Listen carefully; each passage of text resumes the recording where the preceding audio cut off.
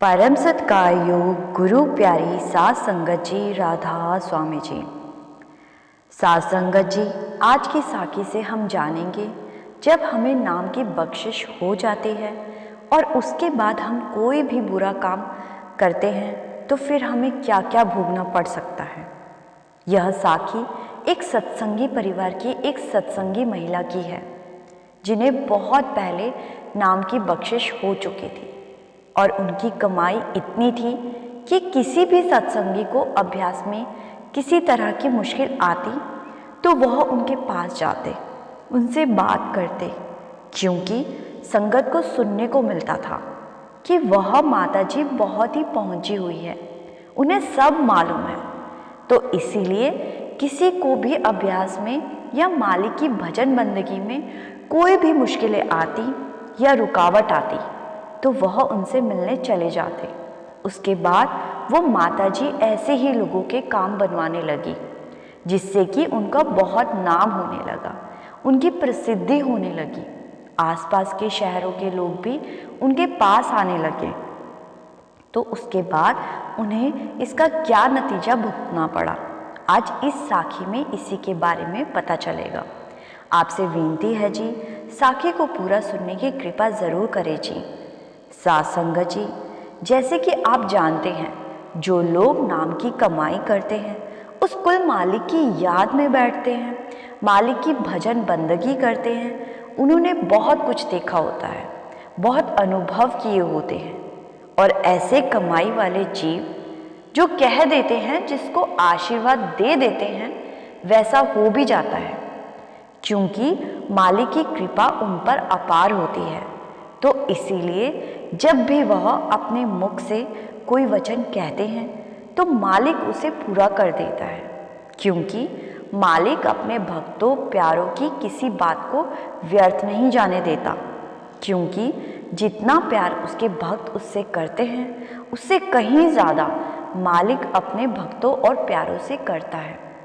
तो ऐसे ही वो माताजी भी बहुत कमाई वाली थी, मालिक की भजन बंदगी में बैठती थी और बहुत लोग उनके पास आते थे। मालिक के ऐसे भक्तों प्यारों के पास केवल दो ही प्रकार के लोग जाते हैं।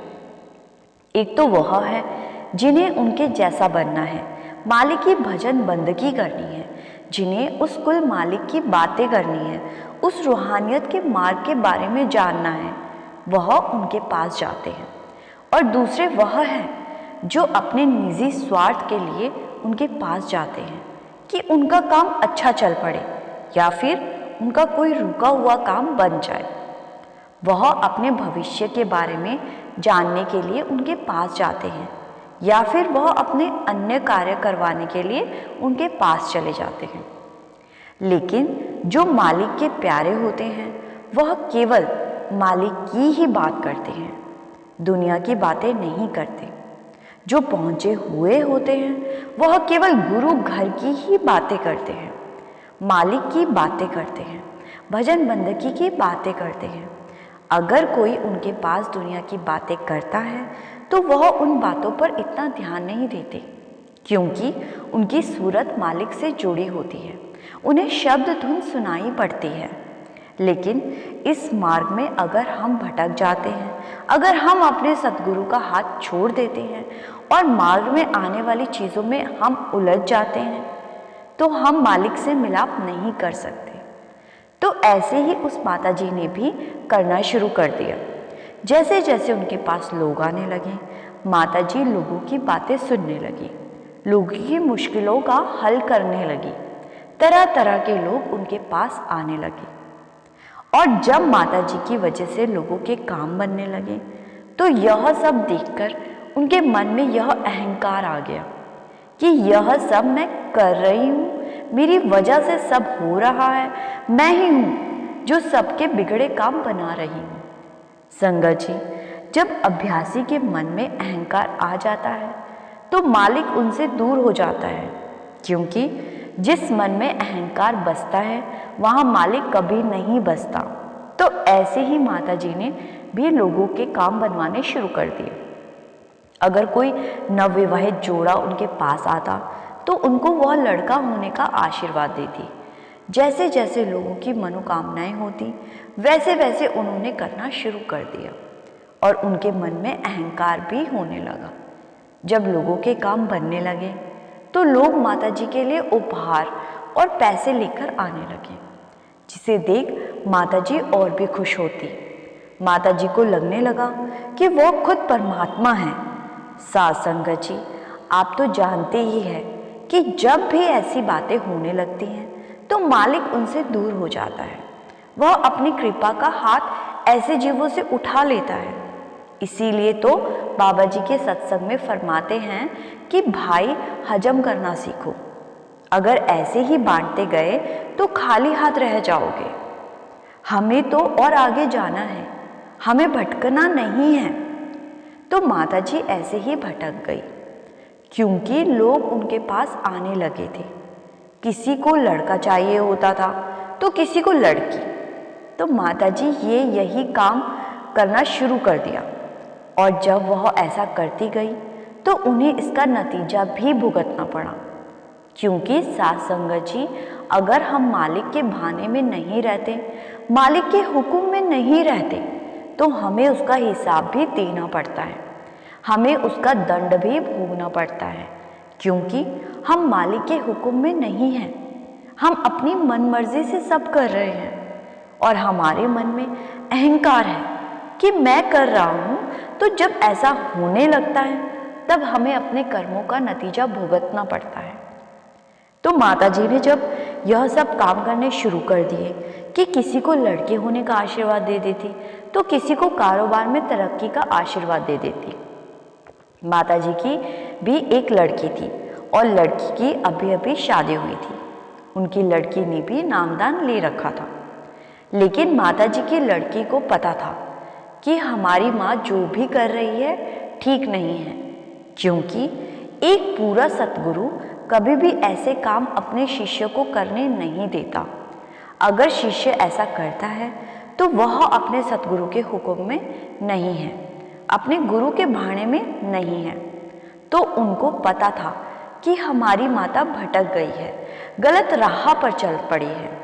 तो जब लड़की की शादी हुई, उसके पति को मालूम था कि माताजी सभी को आशीर्वाद देती है, तो उसने भी अपनी पत्नी से कहा कि चलो माताजी के पास चलते हैं, उनसे आशीर्वाद लेते हैं। लेकिन वह नहीं मानी। लेकिन उसके पति के जोर देने पर उसे अपने पति के साथ जाना पड़ा। वह भी अपनी माता के पास चली गई और उसके पति ने माताजी से लड़का होने का आशीर्वाद मांगा। माताजी ने बहुत ही खुशी के साथ कहा कि मेरा आशीर्वाद है कि खूबसूरत सा प्यारा सा लड़का होगा। साध संगत जी, जब उन्होंने ऐसा कहा, लड़की को तो पता था कि मेरी माँ ठीक नहीं कर रही, क्योंकि ये मालिक के भाने से बाहर है। तो जब उसकी माता ने उन्हें लड़का होने का आशीर्वाद दिया, उसके कुछ महीनों के बाद उनके घर बच्चे ने जन्म लिया और ये बच्चा लड़का ही था। लेकिन उसके शरीर के अंग खराब थे, उसके अंग अच्छे से विकसित नहीं हुए थे। डॉक्टरों ने तो यहाँ तक बोल दिया था कि यह बच्चा ज़्यादा दिन तक नहीं रह सकता।